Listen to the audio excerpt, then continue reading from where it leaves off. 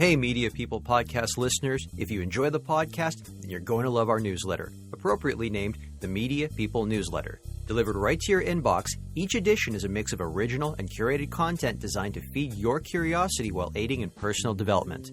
On top of more podcasts, we'll connect you with articles, interviews, and industry events. Subscribe at mediapeople.ca/newsletter or go to mediapeople.beehiiv.com. That's BEEHIIV. Thanks for listening to the Media People podcast, lively and insightful chats with the people who power the media industry. I'm your host, Victor Genova. For more episodes, you can go to mediapeople.ca or subscribe wherever you get podcasts, including youtube.com/@mediapeoplepodcast. Views expressed by participants are personal. Isaac Adejuwon is the CEO and founder of Metricsflow, a cutting-edge, privacy-friendly data attribution solution for marketers. A native of Nigeria, Isaac's early life had its challenges. Electricity and running water were inconsistent, while there was no infrastructure for home internet. Much of his time was spent farming and playing soccer, but it was the introduction to a physics textbook that would spark a lifelong passion for science. That passion carried him to the University of Lagos, where he majored in physics. He continued his studies at Memorial University in Newfoundland and Labrador, earning both undergraduate and graduate degrees in engineering. Isaac Adejuwon stops by to talk about growing up in Nigeria, his passion for science, why he chose to relocate to Canada, his experiences as a Nigerian-Canadian entrepreneur, and where the idea for Metricsflow came from. Metricsflow is a privacy-friendly attribution software for marketing teams. The idea started from being a student in engineering school, where I'd found that over 40% of users were blocking and deleting cookies online, and I wanted to solve that problem. So we went on to start a company called Metricsflow, which now is solving that problem. In terms of my role, I guide the strategic direction of the company. Now, we can break that into different parts. We're a very small company, so it entails wearing multiple hats, doing a few other roles that doesn't necessarily just entails being the CEO. But I think in general, my role is to guide the strategic direction of the company. Isaac, thank you so much for stopping by today. I know we've been trying to get this on the books for a while. We're recording this, and you are in Newfoundland and Labrador, but you're not originally from Newfoundland and Labrador. So let's go back to the beginning. Where are you from? I'm from Africa, Nigeria specifically. And I just want to correct that. I always have to correct people that Africa is not a country, it's a continent. So there are 52 countries in Africa, and Nigeria is one of them, which is where I'm from. I immigrated to Canada about 15 years ago to study engineering, and I live here now in Canada and in St. John's. Tell us a little bit about what life was like growing up in Nigeria. Yeah, growing up was I would say was fun. We didn't have much growing up, but we had lots of fun. We didn't have internet back at home. Also, the electricity wasn't steady, and also we didn't have consistent running water back home. So we always had to, run off generators, or in some cases, use candles and lanterns at nighttime. And we have a lot of mosquitoes back in Nigeria. So if you're thinking of going back to Nigeria, I think you will spread a lot of mosquitoes. But overall, it was fun. We had just enough as a family. I have other siblings, 3 siblings, my dad and my mom. So it was a family of 6 people. But it was great. It was a small town, and I don't have much to complain, really. You said it was a small town when you were growing up. At what point did it really start to grow and become a much more bigger city? Like, were you there to see that happen? And was there a bit of shock just seeing it expand? I did see a little bit of it, but hearing back from friends and my parents visiting now, I think it's become significantly bigger. So it actually started when the capital of Nigeria was moved from Lagos to Abuja.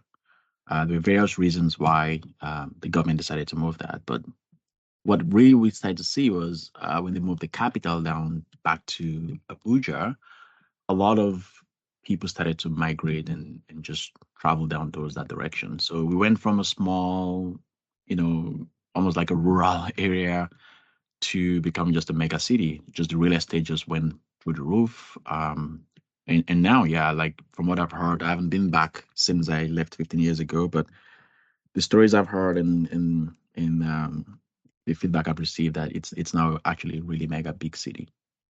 What were your interests or hobbies growing up?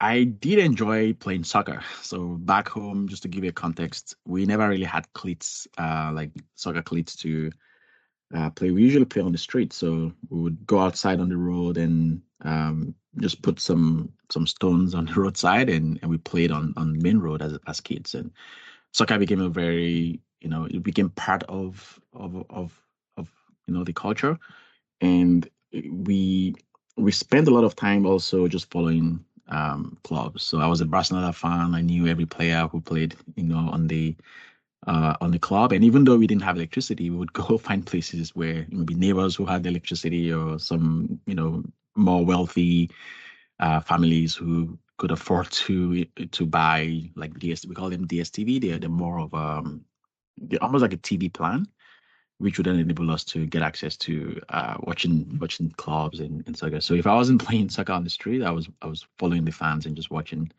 off of TV. How did you become a Barcelona fan? Was that the team that was most widely broadcast in Nigeria that you had access to, or is there a particular reason you're a fan of Barcelona? I think the reason why was Ronaldinho at the time, which was a star player of Barcelona. He became one of the players that he had signed, and he just pulled in a lot of fans. And I was one of those fans who moved in there. He had played in, I think he had played in Brazil and other clubs, but by the time he came to Barcelona, he became the star player, and they won so many cups. They won the Champions League, and they really became the club that everyone wanted to see play, right? And I just happened to be one of those fans who loved him, and since then I've followed up, the sign of Messi and other players to the club. So I guess it started from Ronaldinho, and then the club just became, a big fan of mine. If we're talking football for a second, I just want to say that Nigeria, the last couple of years, has had some of the best looking national team football kits. Thank you.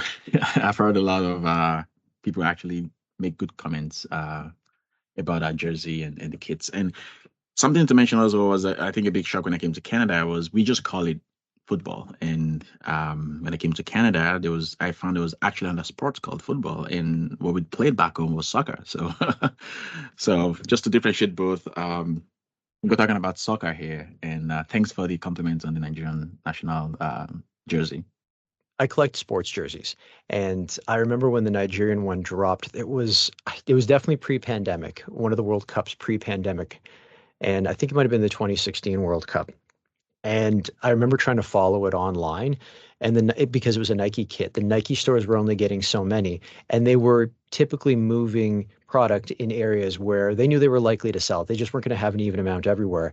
And I remember seeing it. It was so obscure. It was in Glasgow. It was in Scotland, and the lineup they had going around the corner because they knew that they were getting a shipment of those Nigerian kits in there, and people wanted them badly. And it was a really, really nice kit. It was like, I think it was a couple of different shades of green, and then it had like not like straight vertical lines, but it looked like, how like you whip a paintbrush at a canvas and you get kind of those scattered lines. It had that all over it. It was like definitely something that was pretty unorthodox.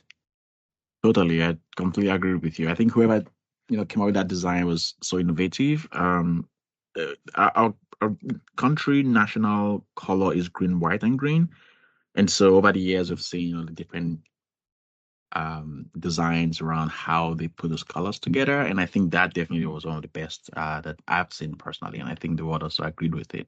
I think it was sold out. Even Nigerians couldn't purchase the jerseys to support the fans at support the club. So, I think they did a great job with that jersey. I want to talk about a couple of other your interests growing up. Let's start first with physics. How did you discover physics? That's a good question. I think I may have had someone in the family who studied, I think it's electrical engineering as well. And at the time, I was a science student. So in schools back in Nigeria, you either had to be a science student or you were an art student. And science students did, I believe it's biology, physics, and chemistry. So on the onset, I've always been a science student, and I've always studied. I guess I've always been curious about maths and chemistry and biology. And my dad also had a maths minor, so he always like grilled us and tortured us. And our maths had to be good. We had something we called multiplication table, and he always made us recite them. So I think the learnings came from that those early exposure to seeing someone who was an electrical engineer, as well as my dad, who was exceptional at maths, just always like challenged us in our math skills. And the big interest really came from starting to understand what physics meant and how things were, off of first principles. And you could start from very basic formula and work your ways through, different equations and come up with something interesting. So I think I'm always interested in where things go when you start from first principles and just work your way up. Um, so yeah, I think that's my best recollection of why I loved physics. How old or how young are you in Nigeria when they decide to divide you into, say, art students versus science students? Because that sounds like a pretty big decision for you to make as a child. So just to give you a context of what the school system looked like there, it's similar to what we have here, but it's called differently. We do have the elementary and nursery and all that, but when you get to, I believe we call it primary and secondary school. So in primary school, it's maybe you can call it from grade 1 to 6 is what we call it primary. And in primary school, you did almost every courses. So we did like Nigerian languages, we did social studies, and there was elements of science behind it as well. Wasn't really broken down specifically into maybe physics or maths, but as you move on to so that would be equivalent of grade 7 here. We call it junior secondary school. You then get to decide if you want to do sciences or if you want to do art. So the equivalence would be grade 7 here in North America, which would be junior secondary high back home. At that point, I needed to choose one, and I think I just naturally gravitated towards science. How did farming play a role in your childhood? Oh, that's a good question. My great great grandmother was a butcher, and my great great grandmother was a butcher. My great grandmother was a butcher. My grandmother was a farmer, and then my dad also loves farming. And so we just grew up having to farm. And also, I think farming also helped us as a family because I remember growing up, my dad lived off of, really, I think I was doing the math and it was like 19 cents equivalent to what 19 cents would be equivalent to how much you made a month growing up. And we've always just had a farm to produce for usually our own household consumption. And so we just farmed. We had chickens, we had goats, we had cattle, we just kept so many different animals. So I think there's been that, farming in the family, but there's also the part that it really helped us as a way to just have a good living and not have to worry about hunger. So it was kind of a way of helping us out of poverty, if I would say, but it was also part of our upbringing, if that makes sense. Oh, no, absolutely. I mean, I'm sure you learned about a lot more than like most kids would about just general responsibilities, having those kind of really high level chores placed on you at a young age.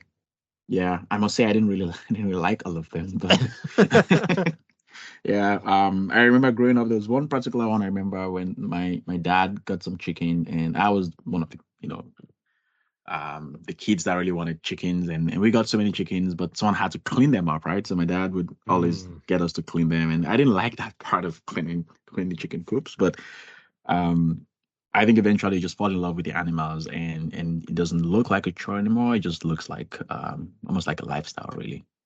So when you moved to Canada and you started getting your groceries from, not to say that you didn't in Nigeria as well, but like when the majority, I guess you could say, of your food that you probably would have farmed in Nigeria is coming from a grocery store, did you find that a little weird?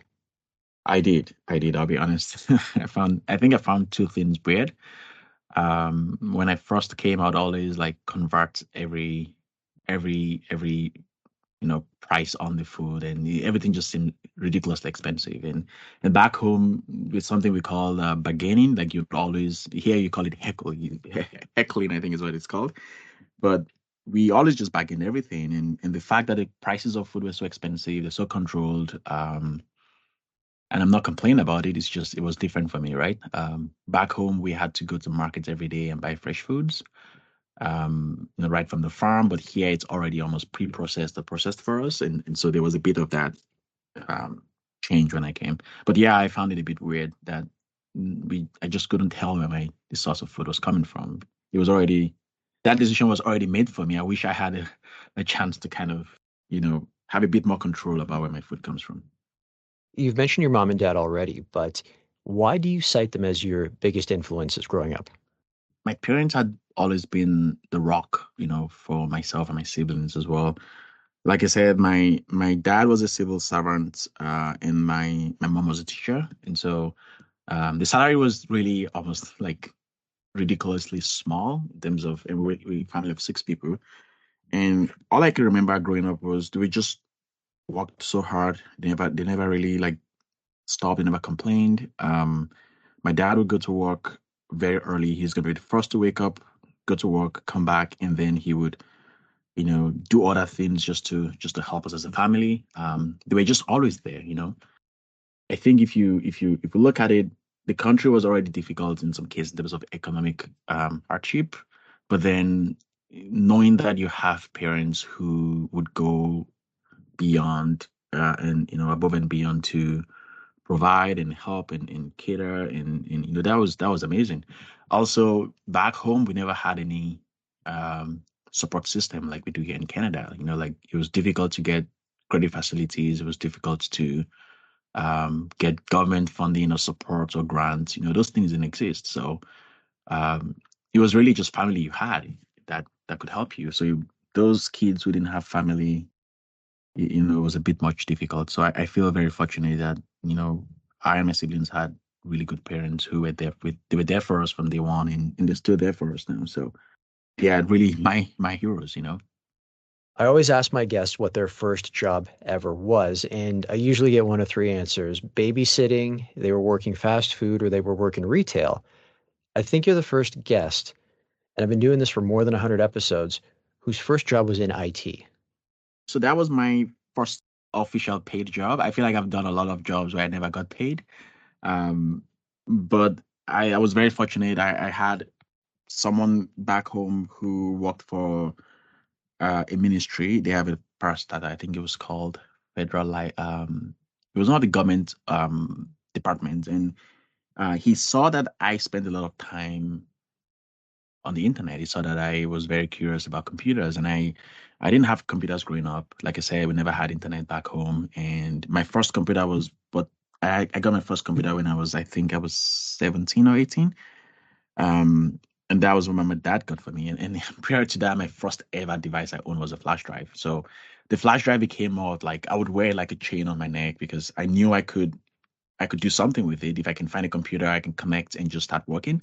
If I can find any like offline system, I could take all my work and just connect it to that, you know, um, USB port and get working. And so he had seen the kind of interest and passion I had for computers, and so he had asked me and said, "I think you have a great skill. Have you do you have any degree? Do you have any um training?" And then it was really not. It was all self-taught. It was just based on my time on computers that I've just taught myself a lot of things. And when he saw that I was very passionate about the things that I did, and so he had invited me to see if I could come support his team, and just help them manage their computers. And I was like, sure.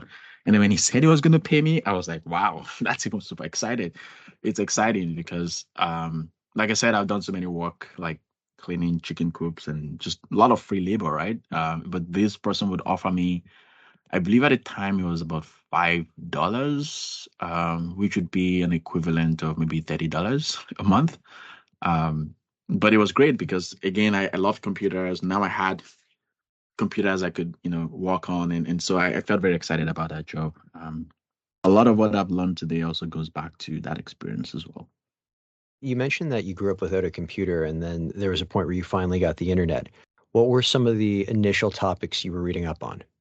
I think initially I spent a lot of time learning about antivirus for some reason, which was very weird. And the reason Really? why was, yeah, because like I said, the first device I ever had was a flash drive, and every time I put that flash drive in USB, I always corrupt the files, or there was always trouble. Like I think I learned so much about antiviruses, like Trojan horse, and like there were so many of them that it's not a problem now, but back in the days it was a huge problem. And so I spent a lot of time about different antivirus, ADG, Kaspersky, like there's so many of them, and I'll find ways to kind of crack them from the internet. Now I think I could get in trouble if I did that now because that would be piracy. But at the time I was able to figure out a way to crack them and install, basically have a cracked version of that on that file. And it became something I leveraged a lot because then I'll tell people and say, hey, do you want me to clean a computer for you? And and they'll say, yeah. So I would install the antivirus and then get some more screen time on computers. So um yeah, Oh, those were the things I nice. spent a lot of time on doing early in the days. That's a heck of a strategy. Tit for tat. I'll fix your computer, but at the same time, you have access to it. Absolutely.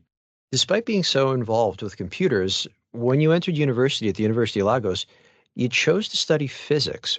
How come I mean, we know that you were big into physics growing up, that you love math, but how come you didn't go into computers a little bit further when you entered university versus, say, physics? Yeah, that's a good question. Honestly, I'm not sure why I didn't choose computer. Also, there were no much programs specifically to saying you studied computer. There were programs like computer science, which you could study, but I think I was generally just interested in, you know, just very base like maths, physics. And also at the time, I had an uncle who is in systems engineering at the University of Lagos, and I wanted to study engineering, but somehow I still got um I was advised to go to I guess I was directed back to that physics. And I ended up, building on that to go study electrical engineering. But I think the interest was there, but I think there was this, I don't know what to call it. Maybe I just somehow just got gravitated back into studying physics again. My uncle also really helped me. Like I said, he was a professor at the university, and there was some form of guidance and support I received while I was at university as well. I think it just happened naturally, I should say. And your move to Memorial University, where you studied, I should say, electrical engineering. Let's pick it up into two parts. So first and foremost, what brought you to Memorial University in Newfoundland and Labrador, and how did you find out about the university? So the first part when I talked about getting access to internet and reading antivirus, about antivirus and how to get how to crack and install and just understand them in general. The other thing I was doing was I was also doing a lot of research. I was learning just random topics. I would go online and just read about just random stuff. And at the time, like I said, I was interested in studying engineering. And so I would go to a place we call cyber cafes. Um, they run off of generators and dial-ups. And you typically would go there and you'd pay some money to buy, say, an hour. Usually you're buying time to get access to the internet. And that was my real exposure to internet. So I was actually paying, I would save up money, whatever I had, I would go there and just buy 3 hours. And I had to be very efficient with, with my time because I was broke too, right? And what I would do is I would save every page that loads up, because at the time it was a dial-up, like I said. So when you say you typed www.cnn.com, it could take like 10 seconds, sometimes like a minute just to load up. And so what I was doing was I was saving every page that loaded up on my flash drive. So when I get access to computers, I can just load them up and read information in them. And while at the time I was trying to find a school, and so I just Googled cheapest school in Canada for international students, and Memorial University popped up. That was one of the few options that came up. And when I read about, the school, it sounded really great. I looked at the tuition.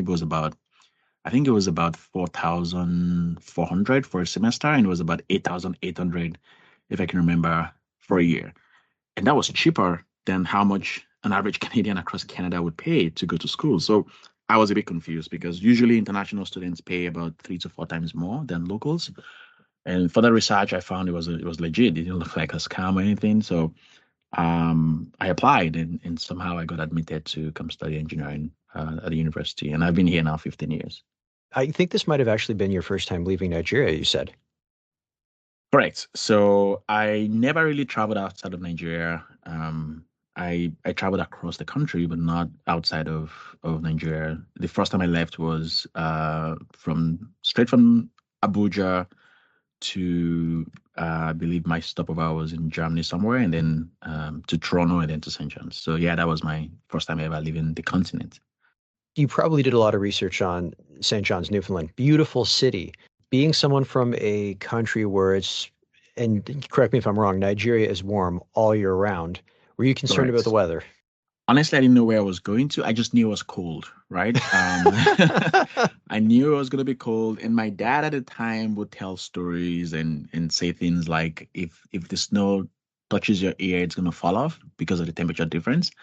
I'd never been exposed to anything cold, aside from just opening the freezer and the fridge, and nothing like going outside and you see ice everywhere. So when I came, it was a big shock. Actually, I remember living on res, and there's a tunnel, and I never left the tunnel for like 4 months until the semester was completely closed, and then I had no option. I had to leave the tunnels. And then it was already summer, so I I think it worked out okay that I came here. It was really cool, but I also spent a lot of time just navigating the campus through tunnels. You want to have fun with any family back home. If they try to poke fun at you about it being cold, tell them the biggest danger is being eaten by a polar bear, not the cold weather. And say it with Yeah, a straight face because they're likely to believe you. I'll try that next time. Next time. Your move into electrical engineering, how seamless was that from studying physics? Like, how much of that transfers over? A lot of the fundamentals are the same. Physics is the same from wherever the fundamentals are the same. But I think the biggest challenge for me was the practical aspect of it. Back home, our labs are not as equipped as what they are here. And so I was very good at the theoretical parts. Like I could understand, like I could take a formula, I could derive equations, I could follow the trends of how, you know, the flow of thought around how we derive at certain equations and what formulas we use and how we derive at certain results. I could follow all of that. But I didn't understand how to do it in like person, like in a lab setting. So I would go in the lab, and a lot of local students here already had, I would say, better exposure to lab settings. And so I just had to try my best to learn on the practical side as much as I could. And I think when I got the flow of how the labs were set up and what things meant, it started to become a bit much easier. But my early semesters were very tough because of the labs. I think I always spent way more time than other students when I'm in the lab, just because of the theory side versus the practical side, right? So I think I was a bit thrown off of that. We're going to take a quick break. Enjoying this episode? Of course you are, or you wouldn't have made it this far. Complement your listening experience by subscribing to the Media People newsletter at mediapeople.ca/newsletter or at mediapeople.beehive.com. It's a mix of original and curated content designed to feed your curiosity while aiding in personal development. On top of more podcasts, we'll connect you with articles, interviews, and industry events.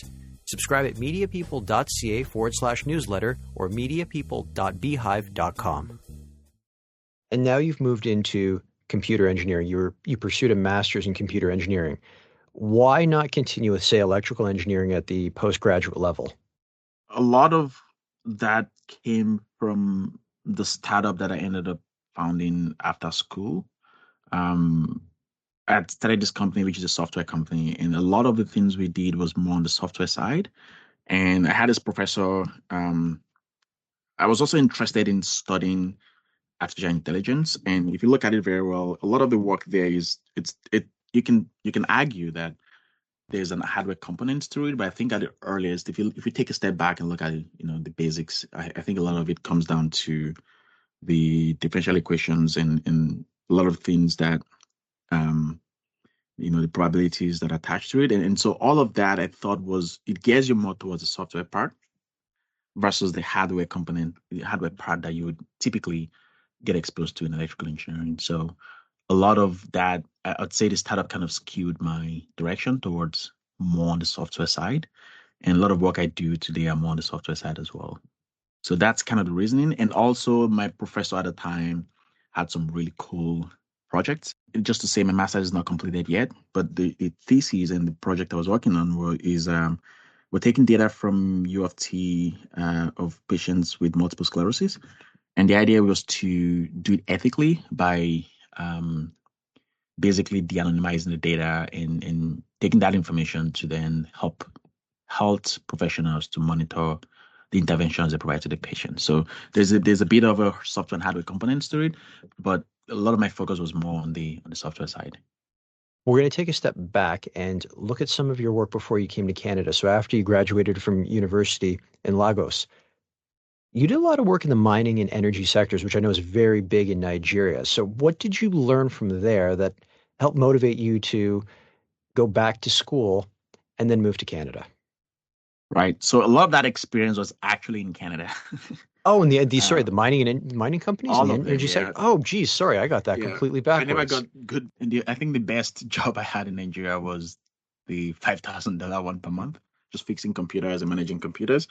A lot of my experience, my professional experience, um, they were all here in Canada through the engineering at Mon and some of the work I did as well. Okay, so let's bring everything full circle then. Metricsflow, where did that initial idea come from? Like, when did you have your light bulb moment? So, like I said earlier, when I moved to Canada, now I have access to unlimited internet, uninterrupted power supply. It felt like heaven. I was like, where am I? Like the electricity doesn't there's no interruption to electricity. The internet was there 24/7. There were computers everywhere. So I had this really well equipped lab. Um so I literally just lived on the internet. And through my curiosity, I had built this platform that reached over 300,000 unique visitors. And I started to see a lot of discrepancies around um people blocking, deleting the cookies. And so that kind of drew my attention, and I was very curious. And as I further on went on, I found that 40% of data is lost every day when people block and delete cookies. I mean, primary concerns ranges from privacy to systems being used today can't really keep up with the need for attribution for companies. And I wanted to solve that problem. So I converted that platform I had built into a test environment and used it as a way to then start developing Metricsflow. So a lot of the testing of collecting of data without the use of cookies all started from that platform I had built in engineering school. And a lot of that now has been a big part of what I do today as well. How much work do you put into the company before you launch it? A lot. Like, how Mm. many months, like, would you say you invested in it, beta testing your ideas just to make sure everything was firm before you actually take it to market? Because that's something that a lot of people don't see. They just see the launch, and it's never really clear how much time is invested. And I imagine that at this point, it's a bit of a side hustle for you because you've got, I guess, you're schooling during the day, or were you all in full time? It was a lot of time put into it. And you're right, a lot of the hard work that is done is not usually talked about. But typically, like what mine was like was in the daytime, I would go to classes, finish my classes, and then we usually always have really long labs. And so I'd go in the lab, finish up my lab work, and then start working on this platform that I worked on the side. And that was kind of what it was like for, I would say, about 2 to 3 years of my engineering program. Because initially the idea wasn't to launch Metricsflow. The idea was just a curiosity about the data I was collecting on the platform and just learning about, the behaviors of um, the users on the platform and how they interacted with content. So that was my initial interest, and that was what I spent a lot of time on. But then it then evolved into the problem that was identified that I felt compelled to want to solve. And but in most time, I think I used to tell my friend that I pretty much spent my entire undergraduate life just not enjoying the social part of being a student, because for the most part I had most of my friends who go enjoy time downtown or in clubs, and I just never felt like I felt like I didn't really enjoy that part of my undergraduate life because I was pretty much working almost, just round the clock, really. And I imagine you were spending lots of your time in the computer labs at night. Absolutely. Well, if I wasn't in class taking, attending lectures, I was in the lab. I also remember when I was a student, the cleaners would come in very early in the morning, and they wouldn't expect to find anyone, in the lab, and they would turn on the light, and there would be this black kid at the back of computer, and it would just frighten them, right? And there's one guy that would always call Jesus all the time he comes. I'm like, you gotta get used to it. I'm always here every time. But yeah. But yeah, it's just I remember those days where but the computers just felt like an extension of my life too. It just felt like home. It felt very, I always felt like there was something else I was missing by if I left the computers. Um but yeah, it's weird, but I really do enjoy spending time on computers. Let's talk about some of the other things Metricsflow is up to. You just launched an AI assistant called Aurora. Yeah, so I want to start first because people ask me a lot about is Ahura the character in Star Trek, and I always like to I wish it was, but there's a story behind the name Ahura. Um, Metrics Flow became a software that we developed and we deployed that across Canada, US, and Japan. But we also identified more problems as we developed the products. One of the big part was we found that the data we were providing to companies required another skill set to make the best use of it. And the companies we're selling to always had a data scientist within the teams.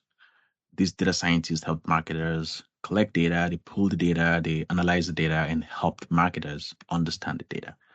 Our first client had this very sophisticated talent within the marketing team, and his name is Ahura.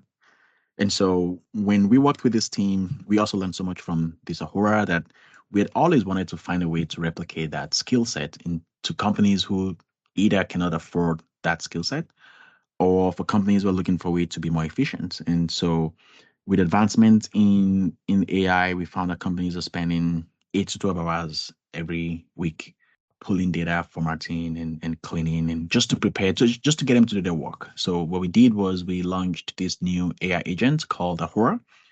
And basically what Ahura is doing is helping to simplify that process. It's helping working specifically with search marketers right now. And what it does for them is it helps them to connect their Google Ads account directly into Ahura. Ahura is already reviewed by Google, so it's integrated into all Google Ads accounts. And what search marketers do today is they go on Ahura and they just get a questions answered so they can focus on strategy. Where did the name Metricsflow come from? I found there was a lot of disconnection between data points, but there was also a bigger disconnection between the data point and the story that they truly represented. So there's supposed to be a flow between the data and the information and the insight and how data is used. And I just thought it was all disconnected. And so when I was looking for name ideas, that was not the first name that came to mind, but somehow I landed at I'd say probably maybe 20, 30 names that every time I came up with a new idea, I would go by domain name and just, hope that's the name. But when I stumbled against that name Metrics, which is something I thought every company needs, but it needs to be a continuity to the data and information. It's got to flow nicely. So somehow I stumbled around Metricsflow, and I thought that was the name. When I had that and I looked it up, and all the domain names existed, I brought it up, and we just went with it. Are you sitting on those domains just in case you want to use them later? I probably have like a lot of domain names. Interestingly, I bought the name for Ahura. I think it was 2017 or 18, and I just sat on it for a long time because I wasn't really sure if we're gonna need it or if it was something we're ever gonna do, and just bought it and just left it there. But the name Ahura was bought because I knew this guy Ahura at the company that we're working with. I thought it was a very interesting name that something could come out of it in the future. So I just bought it and kept it. So when we wanted to start training the agents, it was very easy. I would say it was much easier to find a name for the new idea than it was for Metricsflow. How does the company differ, say, from day number one to what it looks like today?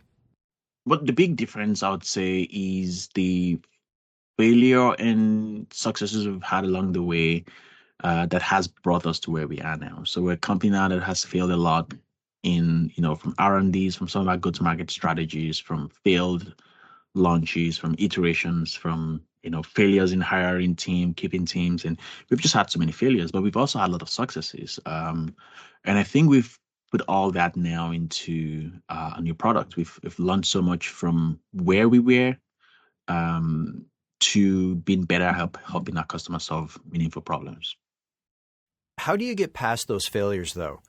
Because when I talk to you, it seems like you accept that it's part of the journey and that you can anticipate them and find ways to get past them. So what's the secret to getting by those?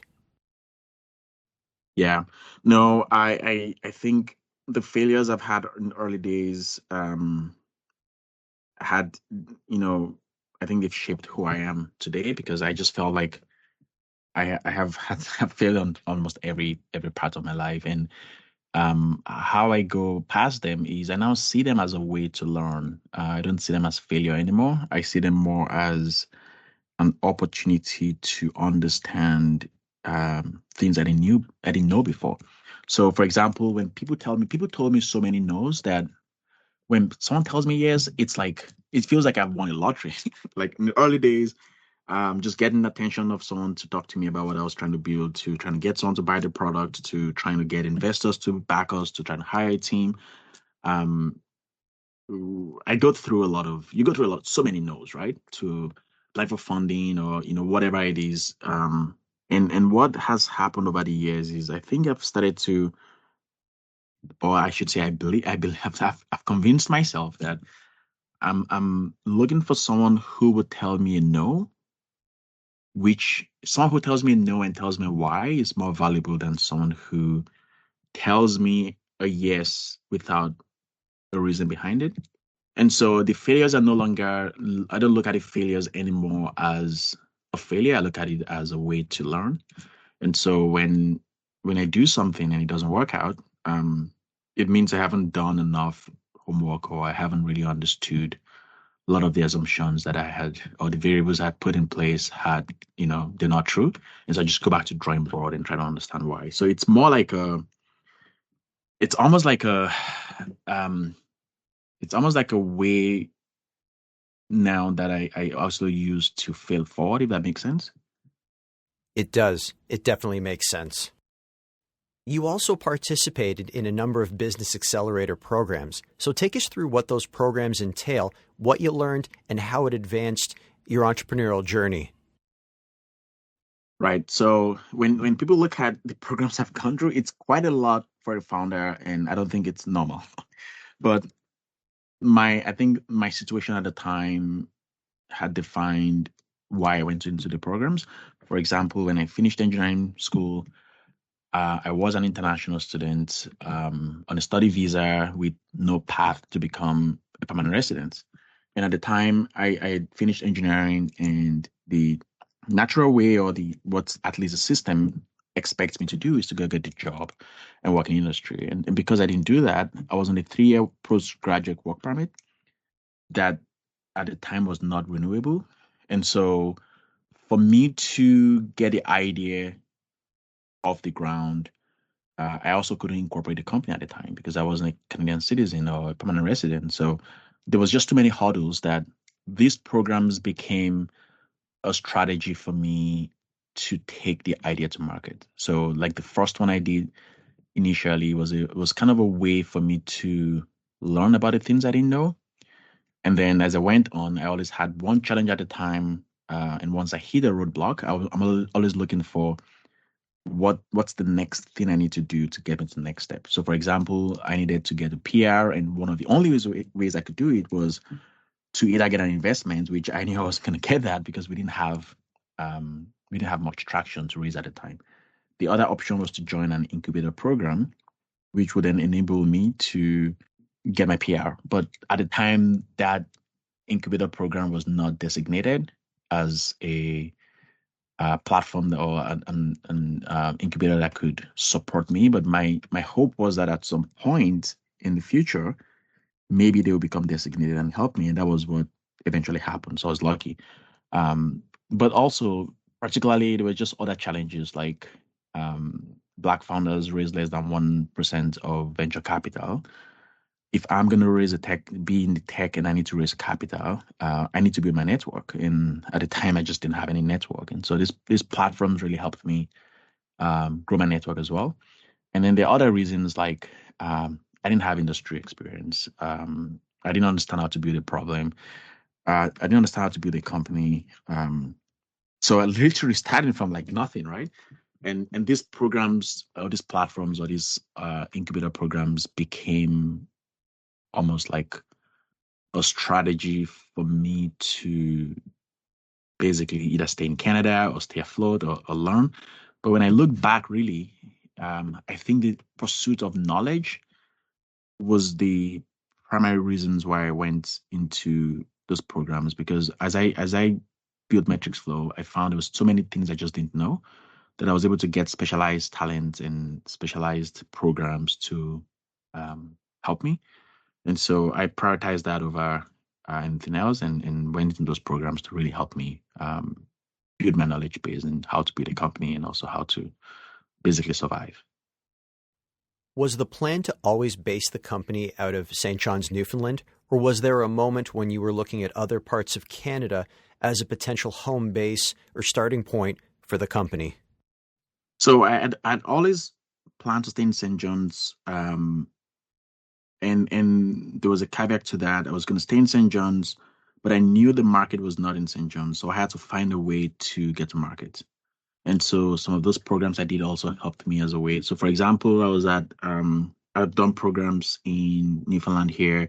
I did another one in Nova Scotia. And basically what it did was it helped me get away from Newfoundland to Nova Scotia. And then I did another one I was part of Community Tech, and I spent about 3 years there. And what I did also is it helped me get to Ontario, as well as brought me into I would say, some really interesting programs that, really helped me.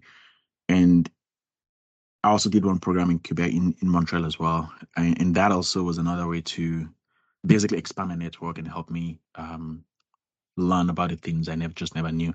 Those programs had some really interesting network that you might just not be able to get in front of them if you were not in those programs. So I really wanted to get in front of them and learn from, these very successful individuals across Canada. I've always thought about living here, but selling elsewhere, like live here, build here, but sell global was kind of the mindset I've had. And I also had immigration issues, so I couldn't travel, right?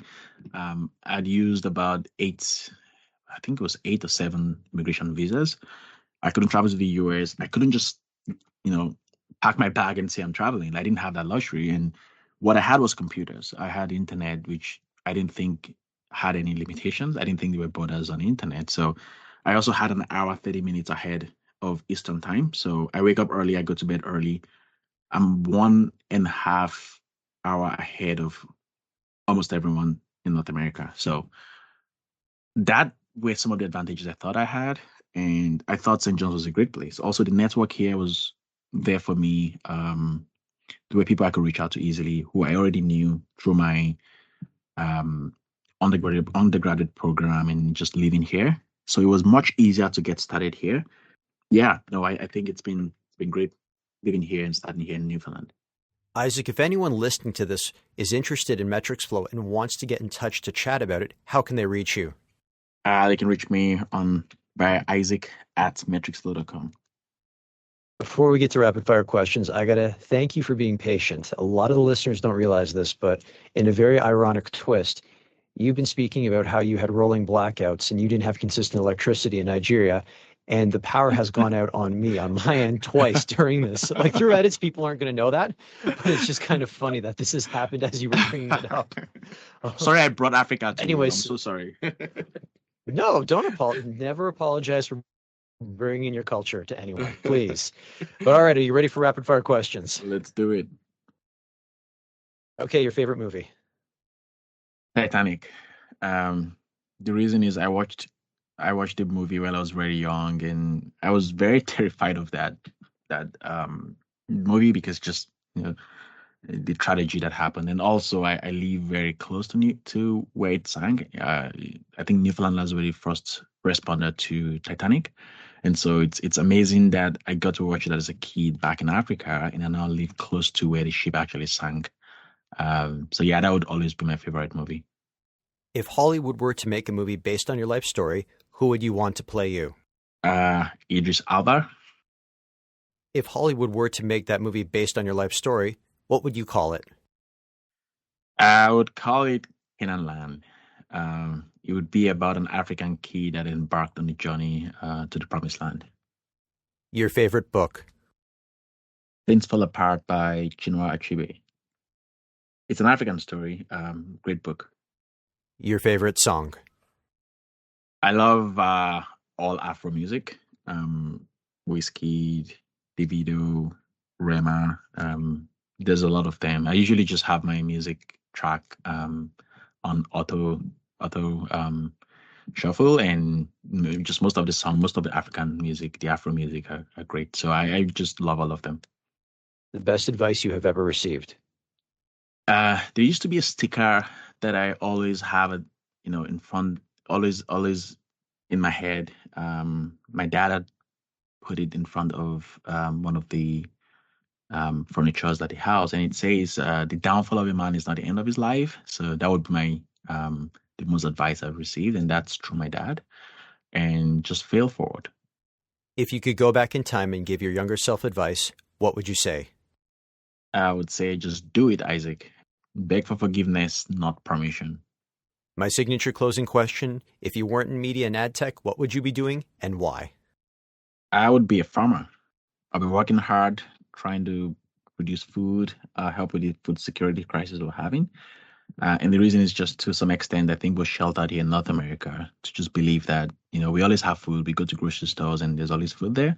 That's not the norm in other parts of the countries, right? Like war-torn countries, even countries who have there's more severe global warming issues. But yeah, I'll be farming and just help provide more food for my family, friends, and country, and just for everyone. And we're going to end things right here. Isaac, thanks for stopping by. Thanks for having me.